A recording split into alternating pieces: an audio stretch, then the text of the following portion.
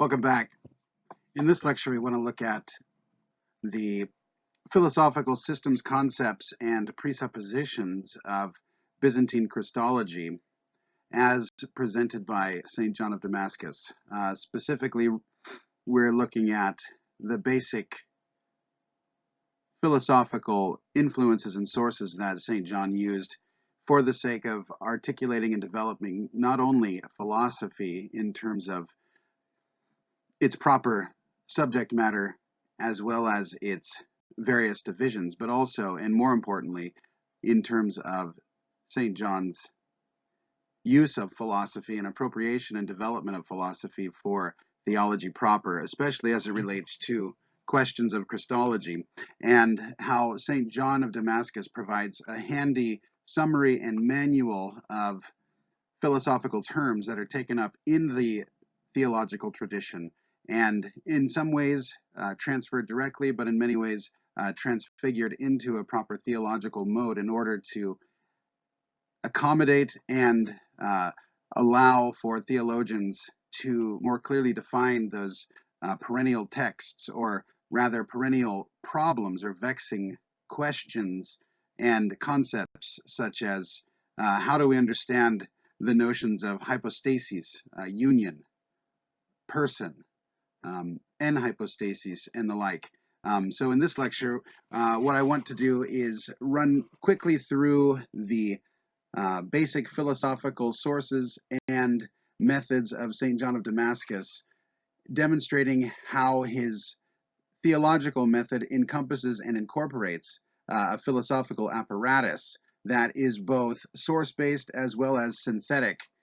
So he provides both an instance of a methodology as well as suggests a methodology that will allow us to approach the other patristic figures and Christological difficulties from the post-Chalcedonian period forward in a way that will allow us to be not only parroters of a synthesis or a summary, but also allow us to directly apply St. John of Damascus's methods in terms of the use of sources, primary sources, as well as the use of manuals and summaries. And so we find in St. John of Damascus a theologian who's able to directly engage the sources, acquire knowledge of those sources for such an engagement, as well as present his own summary, which will give us a model, as well as, it turns out, a source for pursuing our own theological project with a fairly coherent and accurate dictionary and summary of theological concepts and philosophical categories and distinctions that are already present and being employed in the Byzantine Christological post-Chalcedonian context.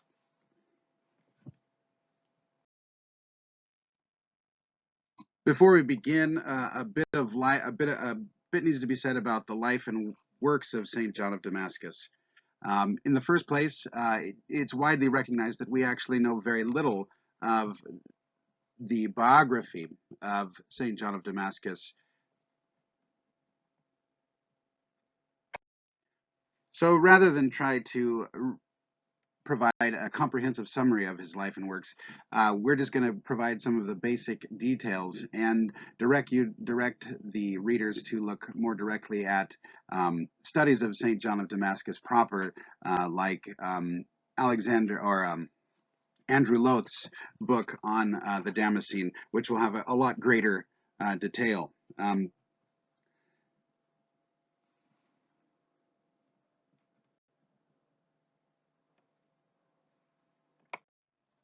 What is well established is that John was born in or around the year 674-75 in Damascus to a prominent Christian family known as Mansur. It's likely that the family was named after John's grandfather, Mansur ibn Sarjun, who worked in the taxes, or the collecting of taxes under the or during the reign of the Emperor Heraclius.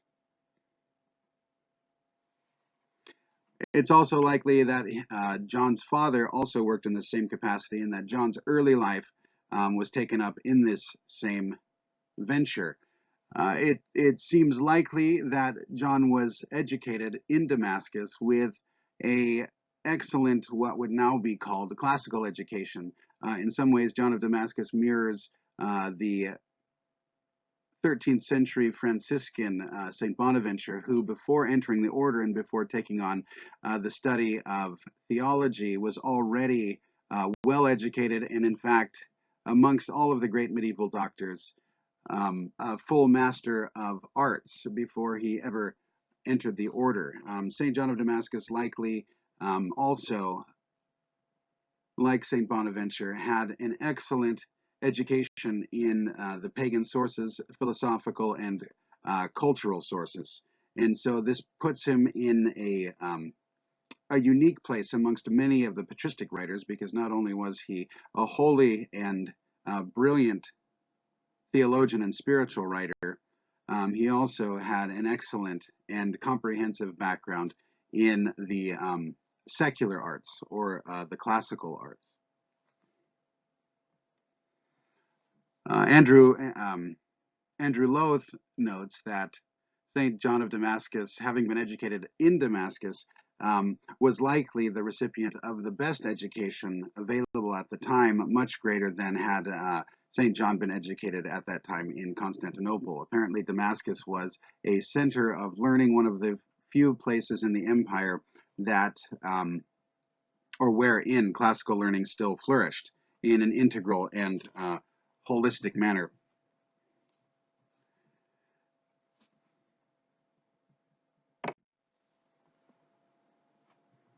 It appears also that St. John of Damascus underwent a vocation, and therefore one might say a career change, sometime before or right around the year 715, when he entered the monastery of St. Sabas, which was about 10 miles away from Jerusalem.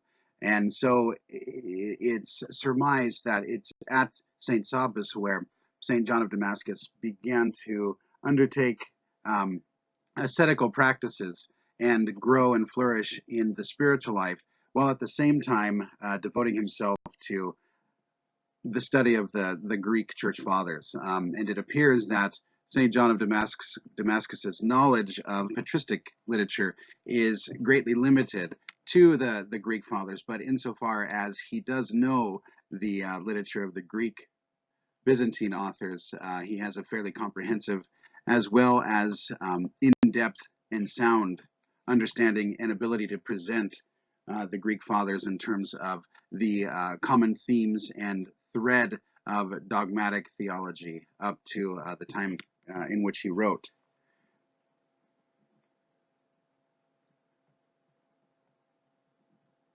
In terms of sources, St. John of Damascus used both pagan and patristic sources in order to understand the scriptural content of the faith. So St. John of Damascus was very familiar with the primary sources of the tradition, and he was able to use both patristic sources and pagan sources to articulate and develop a sound understanding and synthesis of the patristic Greek or the patristic Byzantine theological tradition.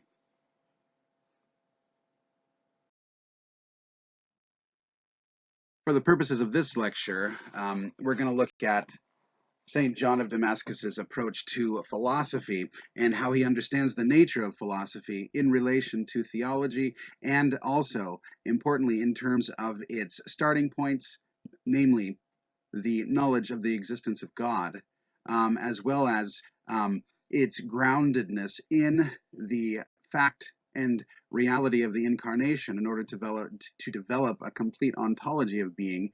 And in certain ways, we'll see then that for St. John of Damascus, while philosophy has a certain integrity, and philosophical knowledge and pursuits have a certain integrity, for the Christian believer, for the dogmatic theologian, a full philosophical account or retracing of philosophical knowledge to its ultimate causes and purposes must move and be ordered and organized and oriented to the fact of the incarnation.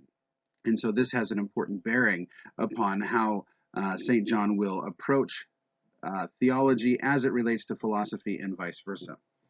And so beginning with the philosophical chapters, St. John of Damascus says that he wants to present philosophical knowledge of all philosophical terms in order for there to be, for the theologian, an adequate preparation for dealing with complex and precise and subtle theological concepts, distinctions, as well as terminological moves that are found within the tradition. So he begins with, in the philosophical chapters, chapter 1, a statement about the nature of knowledge, the place of Christ for the believer pursuing philosophical knowledge that ultimately terminates in a theological project that he carries out in the De Fide Orthodoxa, or the On the Orthodox Faith.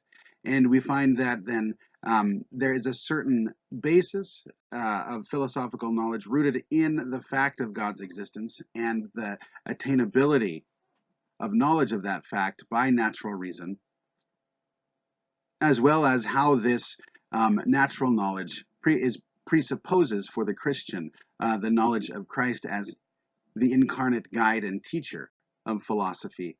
And thus, in pursuing philosophical as well as theological knowledge, the soul moves on a certain itinerary. There's a process of learning, clarification, and further illumination that allows for a further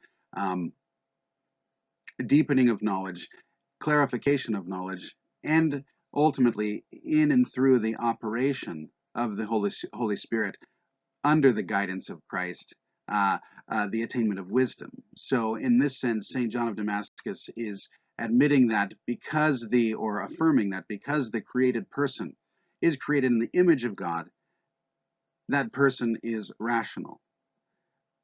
But as that person moves into greater knowledge and conformity to God through knowledge, by the attainment of wisdom, that person moves into a relationship of likeness to God. And so, beginning with God, moving through philosophy under the guidance of Christ, the believer is to be transformed into a likeness of God by being transformed into a likeness of Christ. This is fairly standard in terms of traditional theology and the approach of traditional theology and the purpose of theology, but it's helpful to see that St. John of Damascus already in the 8th century is articulating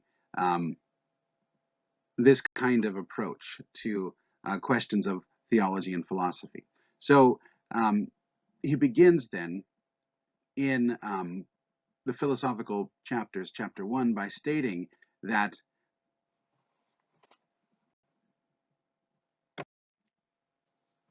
God is the beginning and end of rational inquiry, and that knowledge itself begins with God and should end with God, and that knowledge is a light, or the light of the rational soul. So it begins with this priority of knowledge. Knowledge of what? Well, this is what philosophy is designed to begin to articulate.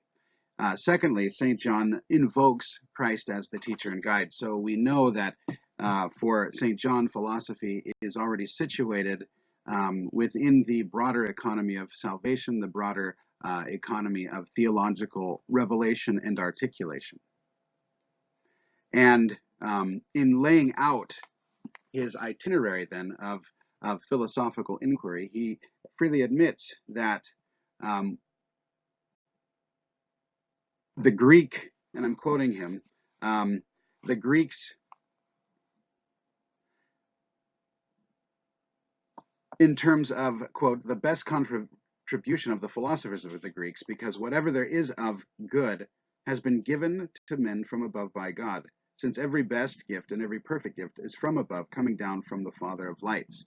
So he's admitting that the Greeks did see and did have valid insights into various questions of philosophy, especially in terms of the object of philosophy, the divisions of philosophy, and the various modes of pursuing philosophy in terms of methodology. But at the same time, while admitting the value of Greek learning, pagan philosophy, he says also then we need to distinguish, however, if there is anything contrary to the truth.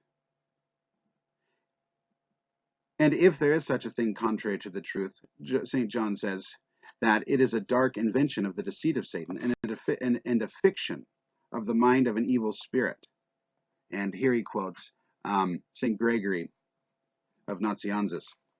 And so already he's presupposing then that truth is mixed at points with error in Greek philosophy, and that there must be a principle of discernment. And this is why he already invokes Christ as a guide to philosophical inquiry. Moving on to the third bullet on the page, St. John says that we have to begin with principles. And he doesn't assume a whole lot in terms of philosophical and theological knowledge, as well as knowledge of the methods of philosophy. He says, we will begin with principles, quote, as are adapted to those who are still in need of milk. So what St. John of Damascus is articulating or putting forward is the need to begin from the beginning and to build up a system or approach to philosophy and theology that articulates fundamental principles that then are applied and developed as philosophy ramifies into its various divisions and various more precise questions. Another point to note then is that St. John is happily Aristotelian on a certain point when he says that, quote, guided by their sense perceptions up to that which is beyond all sense perception and comprehension, which is he who is the author and maker of creator of all.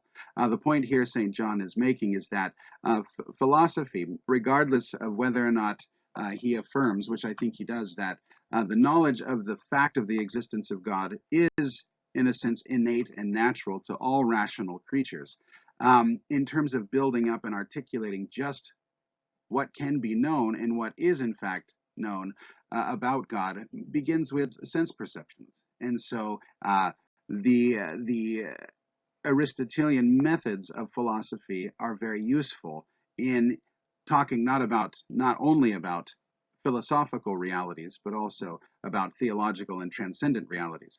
There's a certain itinerary and a certain process of abstraction and distinction that allows for a true journey of the mind into knowledge of God that begins from everyday sense perception and everyday experience.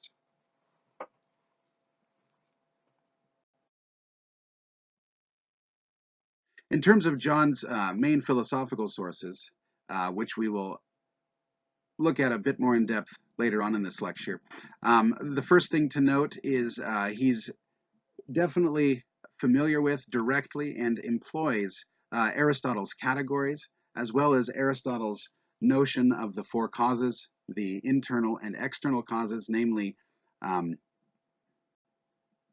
formal and material cause, internal causes, and final and efficient external causes, where final cause or purpose feeds back into and is in a reciprocal relation with the formal cause of a being, namely the principle by which that being operates as that being. So the formal cause of Rover the dog is the principle or form of dogness. And the purpose of dogness is to manifest qualities, energies of being a dog, as well as to reproduce other dogs and preserve the species.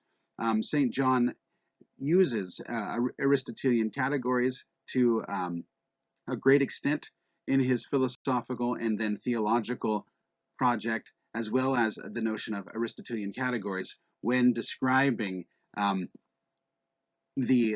analogy, the processions of the divine persons in the Godhead, as well as and especially in terms of creation, how God creates, and then how created entities are being to operate according to consistent principles, independence always upon God. In addition to Aristotle, another key figure for St. John is Porphyry, especially his famous tree, which we'll look at later. And John is getting his knowledge of Porphyry through a 6th century figure who wrote a commentary on Porphyry's Isagoge, which laid out basically how Porphyry understands how being is divided up in terms of genus, species, difference, property, accident, and the like. While St. John, clearly his philosophical sources weren't limited to Aristotle and Porphyry, they definitely have a preeminence in his philosophical system, which we will see a bit later. So now that we've already talked about St. John's basic statements about knowledge and the purpose of philosophy in the philosophical chapters, chapter 3, and this is contained in the book which is required for purchase for this class, we find several different but interrelated and complementary definitions of philosophy that St. John offers at the outset of his fount of knowledge in the section on the philosophical chapters. The first definition St. John provides is, quote, philosophy is knowledge of things which are insofar as they are. That is, a knowledge of the nature of things which have being. So already, St. John in this definition of philosophy says philosophy is knowledge. Remember, knowledge is the light of the rational soul, and knowledge is the way in which we, or the means or avenue or power or energy by which we come to know not only the God who is the creator and author of all things, but also all things that God creates. So the first thing is philosophy has to do with knowledge, a certain perfection of the rational soul, a certain perfection of the created image of God. The second aspect is that knowledge has to do with existence, and not only concrete or particular existence, but existence in terms of natures or kinds, whether particular or universal. So knowledge, philosophy has to do with the knowledge of what things are and what things are insofar as they have being, that which is, and in the various modes in which they have being. So to sum up, we might say that knowledge or philosophy has to do with universal knowledge of being. Knowledge that is consistent and extensive, meaning if you know the essence of being, you will know being as such in its universality as well as in its particular instantiations. If you have knowledge of the genus of animal, the same will apply. This knowledge will apply to any given species or instance of an animal, and so on and so forth, in terms of more general types of being, all the way to particular types of being. So we can say philosophy is knowledge of being as such to various genera of being, animals, trees, and the like, to different species of beings. So for example, animal, the species of irrational animal, the subspecies of canine, and the individual instances of dogs. So philosophy has to do with knowledge of natures which are stable and universal in terms of their scope, but also directly applicable in terms of the particular instantiations through the various categories, or up and down, as we will see, the tree that Porphyry provides us in terms of dividing and analyzing different sorts of beings. The second bullet point is another quotation from St. John. St. John says, philosophy is knowledge of both divine and human things, of things both visible and invisible. In this point, we already say philosophy has to do with being, but being is not restricted, and in fact is in essential dependence upon infinite being, or an uncreated being. So knowledge has to do or pertains to both divine things and human things, meaning in its basic import, uncreated and created things both visible and invisible. So what St. John is positing here, and he gets this distinction from St. Gregory of Nyssa, is that philosophy has to do with knowledge of being across certain disjuncts, created, uncreated, visible, invisible, independent, dependent, necessary, contingent. So philosophy is able to speak to both sides of this disjunct. Then he goes on to further specify with an interesting formulation that philosophy is the study of death. And here he simply is distinguishing that within the created finite realm, there are various ways in which beings fail to exist or fail to exist in a proper mode or according to their own powers, natural inclination. So he then distinguishes in this study of death between natural and voluntary. And he states what's fairly obvious, that natural death has to do with the cessation of the operation or activity of a living, physical, compound, movable being. So, for example, when a squirrel ceases to operate as a squirrel and begins to decompose, we know that there's a certain instance of natural death. So operation ceases, and then the being whose operation ceases or has ceased also at that same time ceases to exist, and there's a certain kind of transformative change, or rather transformative corruption. And the other side, or the opposite side of this disjunct, is voluntary. And this is where St. John articulates the unique mode of operation of created persons who do possess a body, and do possess a body integrally according to their nature, their compound nature of having a soul and a body. But it's in terms of their soul, or the voluntary power, that there also can undergo or occur a voluntary death. And that's simply when the rational soul, through the power of its will, wills against its own good, or rather, and more importantly, wills against the creative purposes of God for that will in terms of knowing and loving Him. So basically, this can be summed up as philosophy is the study of death in terms of generation and corruption according to natural and voluntary modes of operation and production. And this notion of operation and production in various ways will apply to not only natural causes or natural modes of operation, but also to voluntary modes of operation. And in and through the image will present or offer a certain insight into the modes of operation and production in the Godhead Himself. Moving on next to the next bullet point, St. John of Damascus says, philosophy is making oneself like God.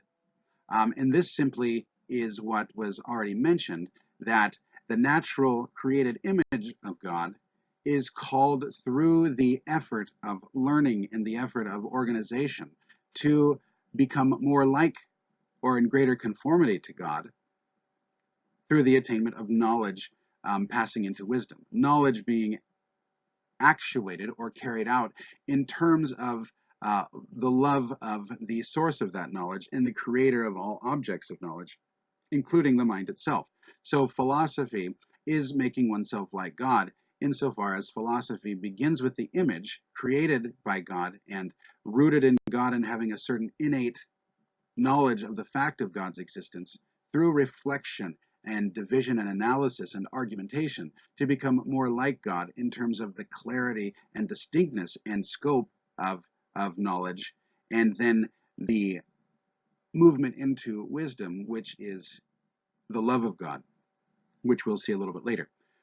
Philosophy, then moving on to the next point, is an extremely important aspect of the intellectual and theological life of every created person, because philosophy, according to St. John, is the art of arts and the science of science. And here he's very likely building upon Aristotle and his distinction between art and science.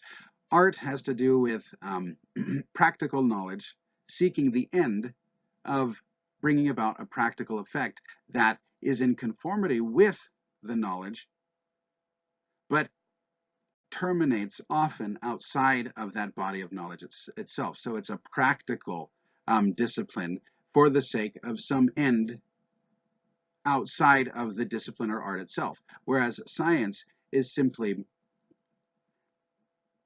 an ordered body of knowledge that is demonstrative, whose end or purpose is the knowledge itself. So philosophy is the governing discipline that allows us to understand the various arts, how they interrelate and their purposes, as well as the various sciences. So philosophy is, in a sense, then this meta-art and meta-science that allows for other sciences and arts to function. It provides certain basic operational procedures and principles for the successful outcome of any inquiry in the intellectual or noetic sphere. Moving on to the second to the last point, St. John says, though, that developing this is, as he said earlier, philosophy is making oneself like God, and philosophy is the art of arts and science of sciences. Philosophy's purpose, then, is practical, and perhaps that's why he lists art before science, because there's a practical purpose. Philosophy is the love of wisdom. In all of these, we can see a certain development of philosophy from its most general characteristics to its very particular purpose and outcome and object. So philosophy is the love of wisdom. In this sense, then, philosophy or wisdom, as Plato may have said, is knowledge of the eternal forms as eternal. But for St. John of Damascus, philosophy in the project of philosophy and theology is already rooted in knowledge and the love and imitation of Christ. For one to beseech Christ to be the teacher and guide, one must have already an inchoate and developing love for Christ. So philosophy is the love of wisdom, and the wisdom of God incarnate is Christ, and the eternal expression of that wisdom, of the wisdom of the Father, is the second person of the Trinity, the Word, the Son. So philosophy is the love of wisdom, and then wisdom is the expression, the personal expression of the Father.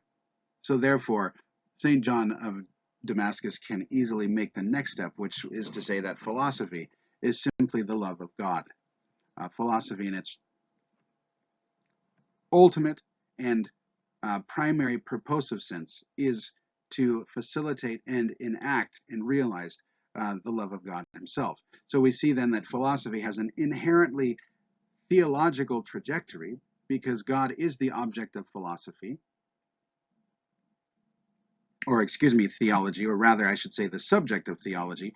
God is the subject of theology. He is that which is reflected upon and discussed and his revelation articulated upon and clarified.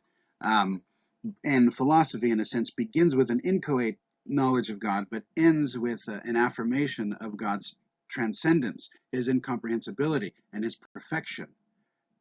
And so there's an inherent terminus for philosophy as such in God, but then that opens upon a further clarification that is already encompassing the philosophical project, which is the revelation of the Trinity in Christ and the dispensation or economy of salvation. So philosophy is the love of God. It inherently opens upon God and is inherently open and disposed towards further clarification through revelation and the articulation of Catholic, Orthodox doctrine and dogma.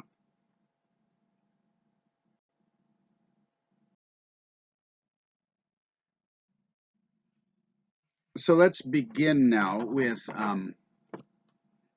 some of the basic parts or bits of St. John's philosophy. And this is really a common heritage of the Aristotelian tradition, which is the definition of the division of being in terms of 5 predicables. And by predicable here, it just means what can be predicated of something else. And so this will be important in terms of St. John of Damascus's articulation of the natural world, but also how the natural world is able to be used in theological discourse. And these terms will show up or crop up and have already cropped up in the theological tradition that we will begin to explore next week in terms of the Council of Chalcedon and its immediate antecedents and effects.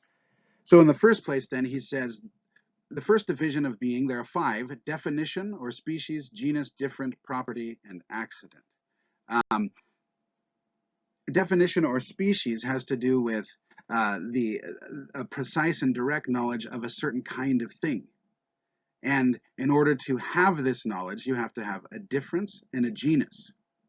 And a difference and genus combine, a genus abstractly and a specific difference also abstractly, but qualifying or characterizing a given entity or kind so as to demarcate it and specify it over and against all other instances within a certain genus.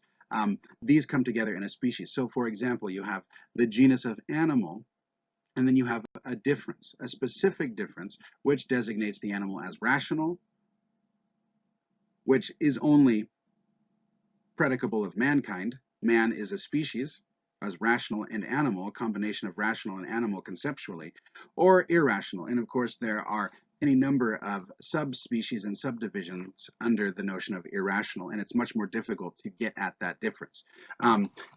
So we have the 3 big ones are, or essential predicables are definition or species, genus, and difference. And then the accidentals are inclusive of property and accidents. And I'll say more a bit about property and accident in just a moment. And so going back to now the definition or species, we might say a definition or species is a statement of the thing's essence, or that which makes it what it is. Aristotle called this definition, species or definition. And you derive or arrive at a definition in terms of a genus plus a difference.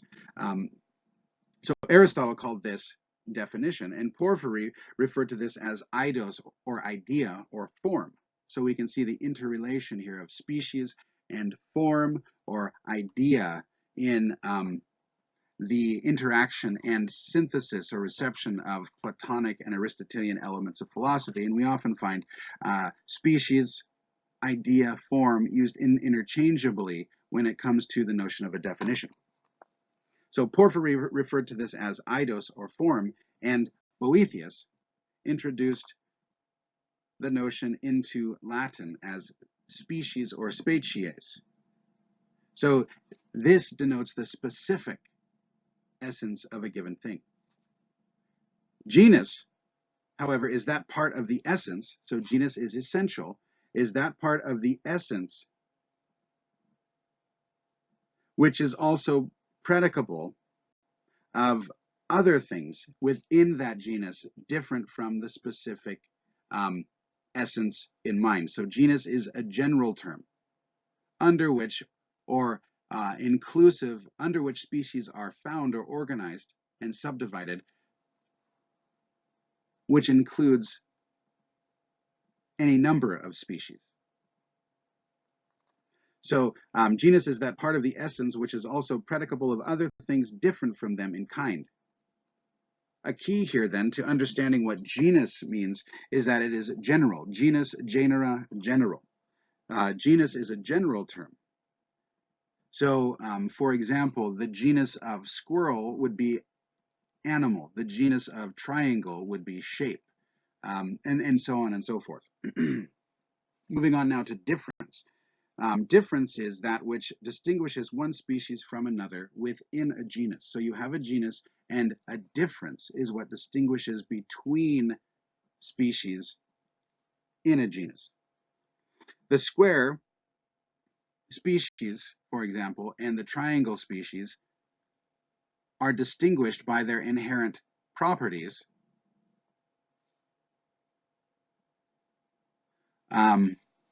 And here, the specifically inherent properties of 4 sides to 3 sides within the genus of shape.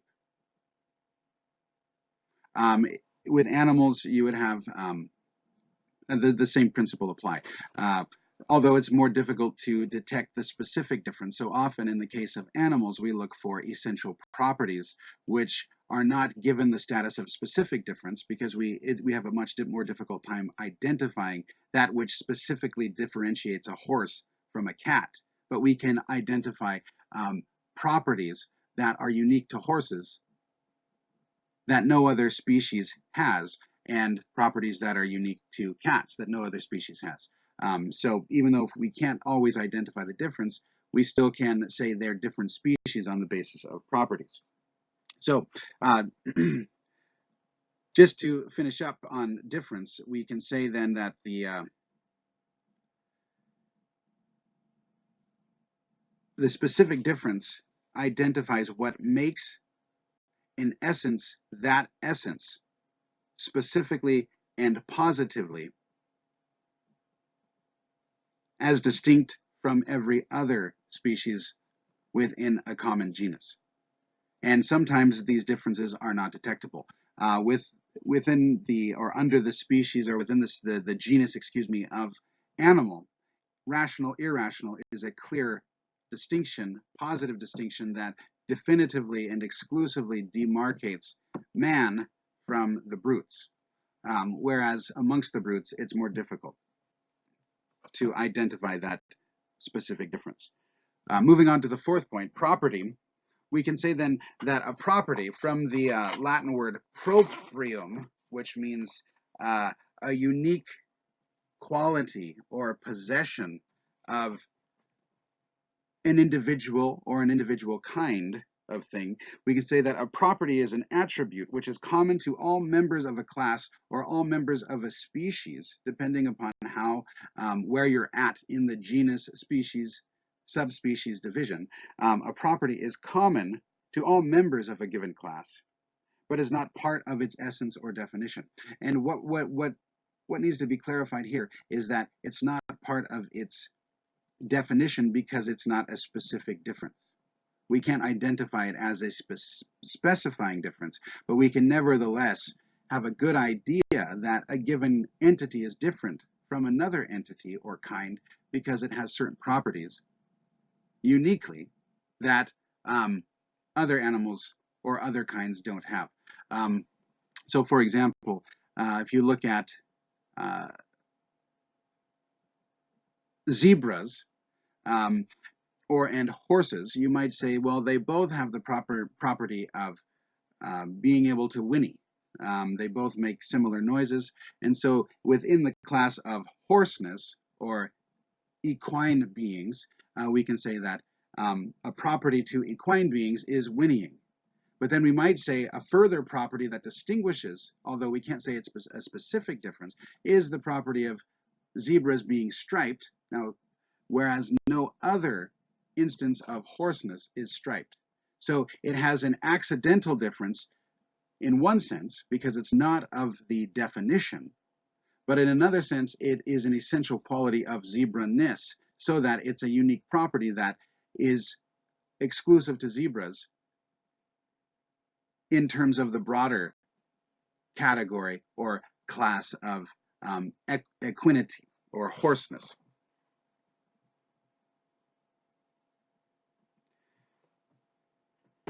In some ways,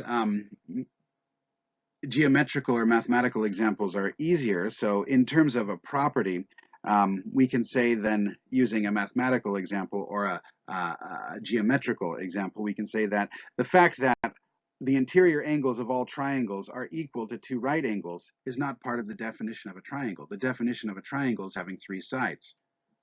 But it is a property of all triangles that the sum of the interior angles will equal 2 right angles. So a property is something that is not part of the definition, but is nevertheless universally true of that given kind or of a given class of beings. Finally, accident. An accident is an attribute which may or may not belong to a subject, We can distinguish between here. This is what's called a separable accident. So, for example, I one day can have a beard, and the next day I can have shaved my beard and no longer have a beard. That's an accident of appearance and an accident of facial hair growth that I may or may not have. I can or cannot have, and it's not essential, but it does modify my being in a certain non-essential way. Other accidents are inseparable, and so you may have the instance of the definition of man. Accidentally, man can be either white or black, but for the individual man, that man or woman will have white skin or black skin. Now, that's an accident having to do with an accident with respect to the species of man, but it nevertheless is an inseparable accident. Being white or being black is not essential to being a human being, but for the human being who is white or black, that accident of color is inseparable. So some accidents are separable, some accidents are inseparable from the individual, modified or perfected by a given accident or set of accidents. The key point, though, is that an accident is an attribute that is not essential to the definition of that being, but may or may not be separable or inseparable from an individual or the individual being possessing the accident.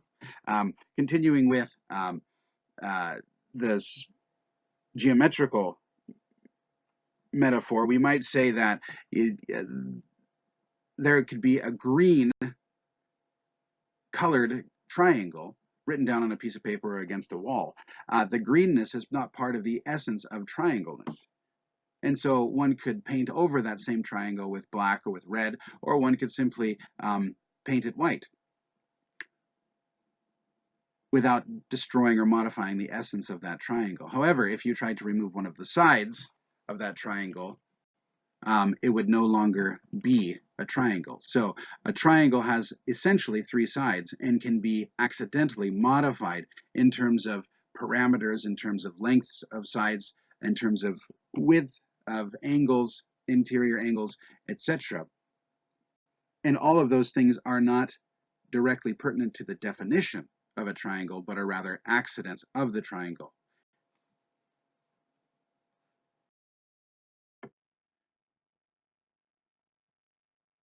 St. John then divides or provides a very helpful division of philosophy in terms of two basic categories, speculative and practical. And this is important because speculative has to do with things that are to be known. The purpose of speculation is knowledge, and the purpose of practical philosophy is action, or in terms of the application of principles to specific contexts and specific situations. And so he subdivides philosophy into two basic divisions, speculative and practical. And then under speculative, he further subdivides philosophy into three disciplines. The first being theology, the second being physics, the third being mathematics. Now, theology has to do with immaterial being or immovable being or spiritual being, things that transcend the quantitative changes of physical beings or movable beings. And the three primary objects of immaterial being are God, angels, and souls. Physics, then, has to do with changeable being, material, movable being. And physics studies specifically for St. John sensitive, vegetative, and inanimate objects. Those objects that admit of multiplication and quantification through physical change, through physical motion. And the third subdivision of speculative philosophy is mathematics. And mathematics for St. John, as for Aristotle, are abstracted from changeable being as quantity, meaning changeable being, it's physical, it's measurable, it undergoes physical change or motion, but specifically under the aspect of measured, giving a certain number. So you have to develop certain tools and methods of measurement.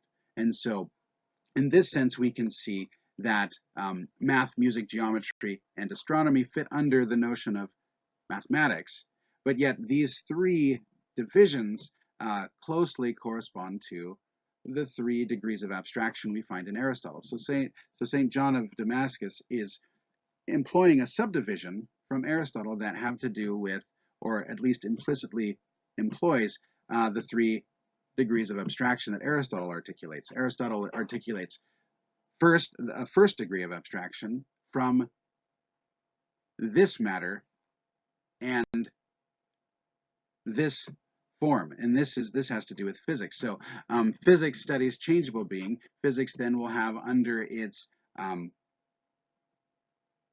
under its purview sensitive life, and sensitive life is animate life or animal life. It includes animal life primarily.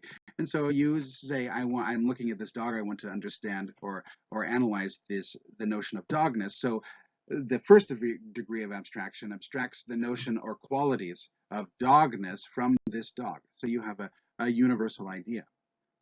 But you still are presupposing in your definition that the notion of dogness has matter and form already built into it. You can't conceive of a dog properly without conceiving of it as a material being.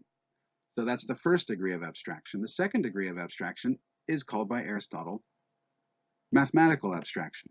And so mathematics abstracts from, say, dogness to what are the dimensions of dogness. So it doesn't just abstract from this particular matter, it abstracts from all matter, or it abstracts from all matter in terms of individual dogness and says, well, what are the measure? What's the measure? Well, we can count 1. Well, that's easy enough.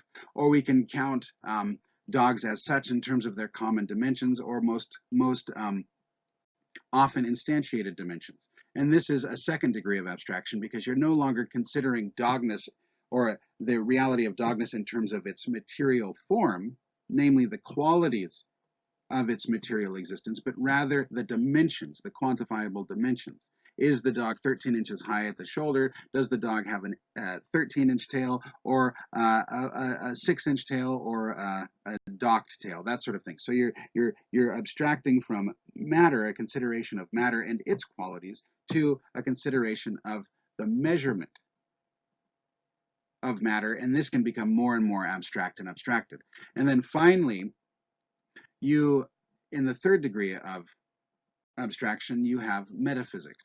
And metaphysics simply abstracts from any consideration of movable being or material being and conceives of those things that are unchangeable, integral in themselves. And for St. John of Damascus, this would be closely akin to theology, because theology is not only about God for St. John of Damascus, it's also about creation in terms of angelic persons and created human souls.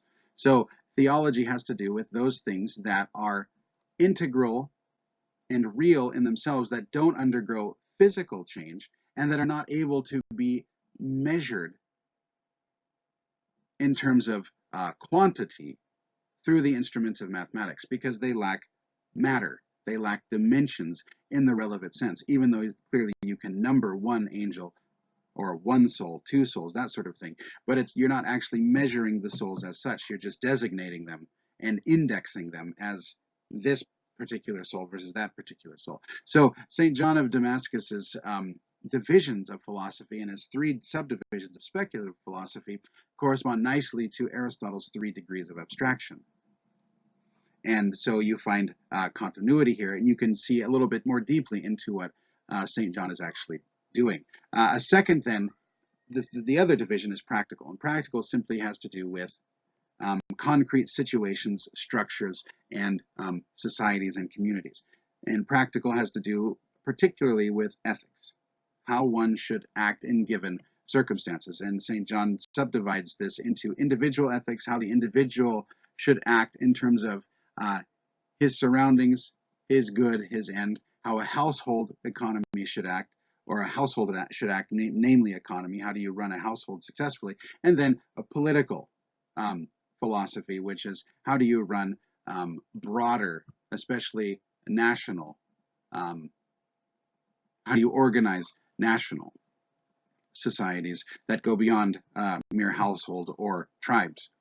And so you find then here, St. John provides a helpful division of philosophy into speculative and practical, and further subdivisions that allow us to distinguish and begin to develop a language of how to talk about theological topics in the interfacing and relationship across the created, uncreated, disjunct or distinction. So he's already beginning to articulate a method of devising philosophy such that the philosophical tools that are developed will be shaped in a fitting manner for the subject under discussion.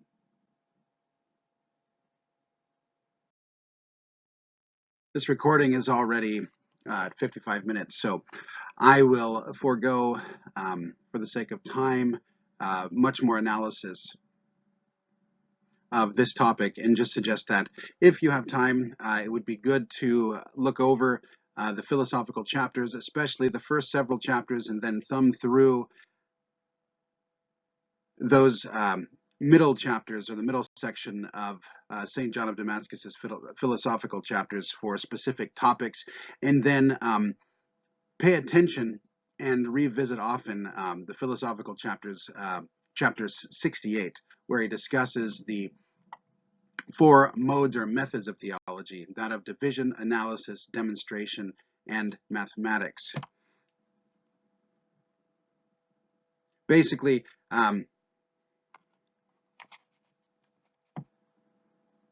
division makes use of, through a process of analysis or a distinction, a use of genus and species to arrive at, or genus and difference, excuse me, to arrive at a knowledge of species. And so we see that this is directly related to how the five predicables, we've already discussed a bit up above, function in terms of distinguishing various kinds, various classes of things through the process of division. And the second mode or method is analysis. And analysis is basically the psychological or spiritual or intellectual process of resolving concepts to their causes. So reasoning from something that is experienced, something that is known, back to its ultimate cause. That's through analysis. And the Greek for this term is epinia or epinoia, depending upon whether or not you pronounce it according to modern standards of pronunciation or the in terms of the standard education in Koine Greek that you would get perhaps in a biblical Greek class. So epinia, analysis, the process of resolving concepts or a concept to its causes. The next is demonstration, and this is just simply the application of Aristotle's categorical syllogism, in which you have a major premise, a minor premise, and a middle term that by which or through which you arrive at a conclusion. For example, a kind of categorical syllogism or demonstration, which according to Aristotle provides the highest and most certain form of knowledge, which he calls science, is, for example, the syllogism, all men are mortal, Socrates is a man, Socrates is mortal. Major premise, universal statement about all men. Minor premise, a particular application to an instance of a kind, Socrates, namely an instance of mankind, and therefore the conclusion, Socrates is mortal. All men are mortal, Socrates is a man, Socrates is mortal. So the middle term being men distributed through the process of moving from the major premise to the minor premise through to the conclusion, such that we find that if the statement all men are mortal is a universal statement, and we find that Socrates is a man, Socrates and mortal and men are unified, or Socrates and mortal are unified through the middle term men, and therefore we can safely infer that Socrates is mortal, because Socrates is an instance of the kind man. And then finally, we have hypothetical syllogisms. If it's raining, then it's wet. This is a kind of mathematical demonstration according to St. John of Damascus. But take a look at this if you have a chance yourself, and refer and recur to it often, because it will be of great assistance in not only navigating and understanding the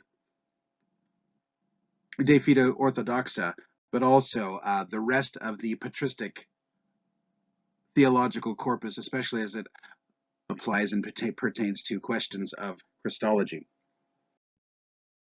Just briefly here, we mentioned earlier that Aristotle and Porphyry via Ammonius Hermea are two of the key philosophical sources. Well, here is what you need to know and look at in terms of Porphyry, Porphyry's tree. And this has to do, again, with the interplay of genus and species, as well as dividing between different accidental properties and accidents.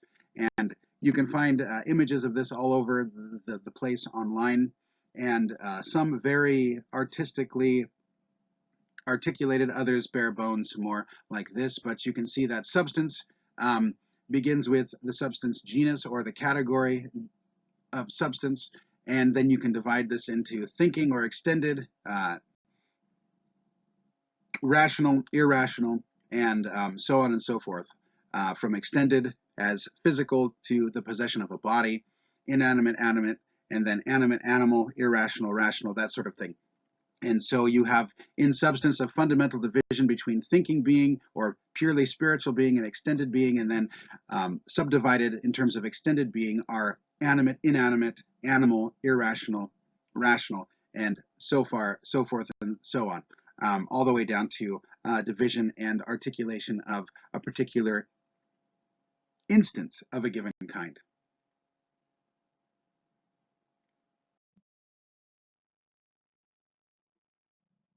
We mentioned Porphyry's tree and the organization of divisions in terms of the predicables, as well as the predicaments or categories. Here we see a helpful Porphyrian-like tree of the categories themselves, beginning with being as such, as a transcendental, meaning that which applies to all the categories. You can see it at the height, or at the apex of this diagram. You see being, and then being is immediately divided into its 10 categories. The first category being substance, and substance here is off by itself, because substance for St. John, as for Aristotle, is something that exists in its own right, whereas accident requires a substance that it inheres in, or shades to, moves into, in order to perfect. And so under accident, we have two basic further categories of accident as relation and accident as property. So the basic division here, the first two categories are substance and accident, and a division of accident is relation, a third category. And then it has various instances of the other 7 categories underneath. You have quality or quantity, activity, passivity, habit or having or possession, situation or locus, and then spatial or temporal. And you can see that how this would be a very useful tool for articulating various operations and distinctions in the person of Christ with respect to his divine nature, with respect to his created human nature, and then the various activities. Obviously, quantity, quality, quality being what designates a certain power or operation of Christ in his human nature, in terms of the agony in the garden, activity and passivity, that sort of thing. So without belaboring the issue, it's good to have an idea of the Aristotle's categories. You can find them in visual examples like this, or you can find them just as simply a list with definitions, but I thought this particular example would be helpful in terms of giving a visual indication of how the categories are divided and how the categories pertain to finite being, but then can be used by analogy to speak of infinite being. Here we see that there's a certain application. You can look at De Fide Orthodox, Book 1, chapters 1 through 4, and see how the Damascene is explicitly using arguments for God's existence via these disjuncts that he developed or received and developed from Gregory of Nyssa, as well as the 10 categories, and how he uses and incorporates Greek philosophical thought directly into discussion of God and his knowability, and of course the same tools and categories will be used and modified in his later theological project throughout the rest of the De Fide Orthodoxa.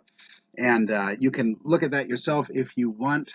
This just gives kind of a general schema or overview of how St. John of Damascus, as a representative of the common mind and method of the Fathers, uses philosophical apparatus in theological discussion, and how theological discussion and revelation transforms and transfigures the philosophical apparatus.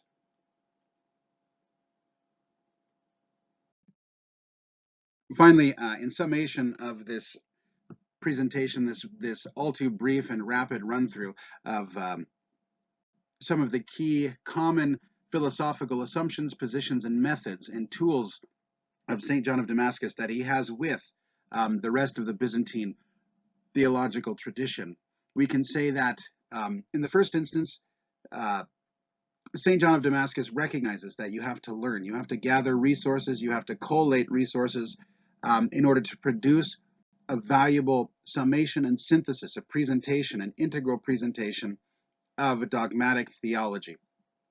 Like the bee, you have to go from flower to flower, from source to source, from manual or synthesis to manual or synthetic presentation in order to gather together what is needed to produce the sweetness of the honey of theological clarity and articulation.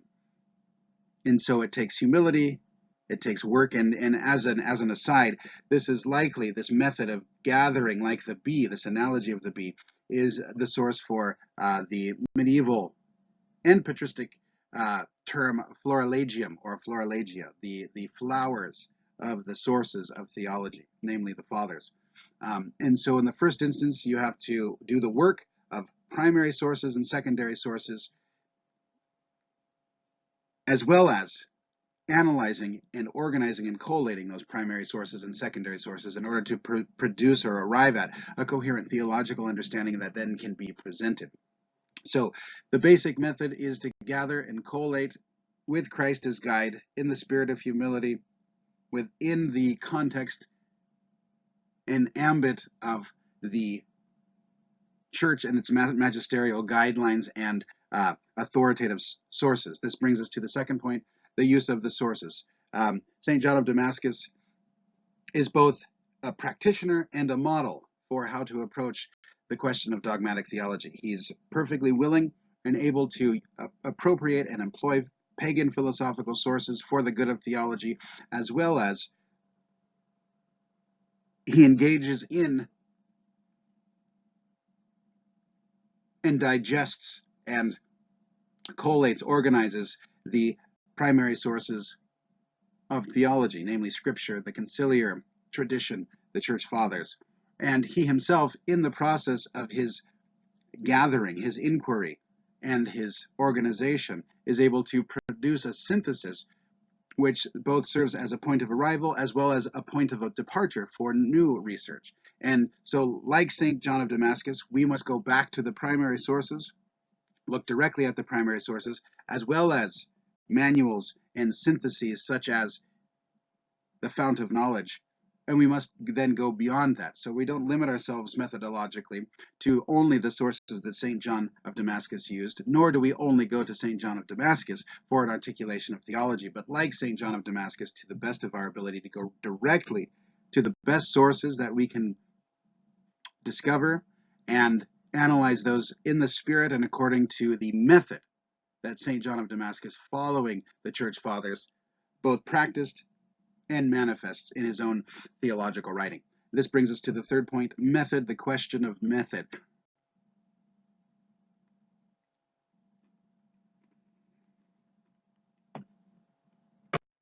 Here we find the Damascene doing patristic theology. And insofar as he's doing patristic theology, he both relies on previous synthetic work, the collected, gathered consensus of the fathers, and he prioritizes the fathers and their statements in terms of the statements' intrinsic authority based upon recognition or ratification or common consent, in the words of Saint Vincent of Lorraine, or in terms of recognized authoritative writers, those acknowledged and praised in ecumenical councils. He also uses pagan philosophy and weaves pagan philosophy in their methodology as in imitation of, and as well as in development of, the same methods used by the earliest Christians, going all the way back to Saint Justin the Martyr, Saint Clement of Alexandria, and the like. So we can't just simply look at the Damascene sources alone in terms of selecting our own authorities in doing theology. Rather, we must operate ad mentem Damasceni. We must adopt a method of, as I said earlier, being like a bee and picking whatever falls in line with the requirements of Saint Vincent of Lorraine: universality, antiquity, and consent. And in this way, we will be able to gather the florilegia of the church fathers, of the magisterial teaching of the church, and even of the later doctors of the church, and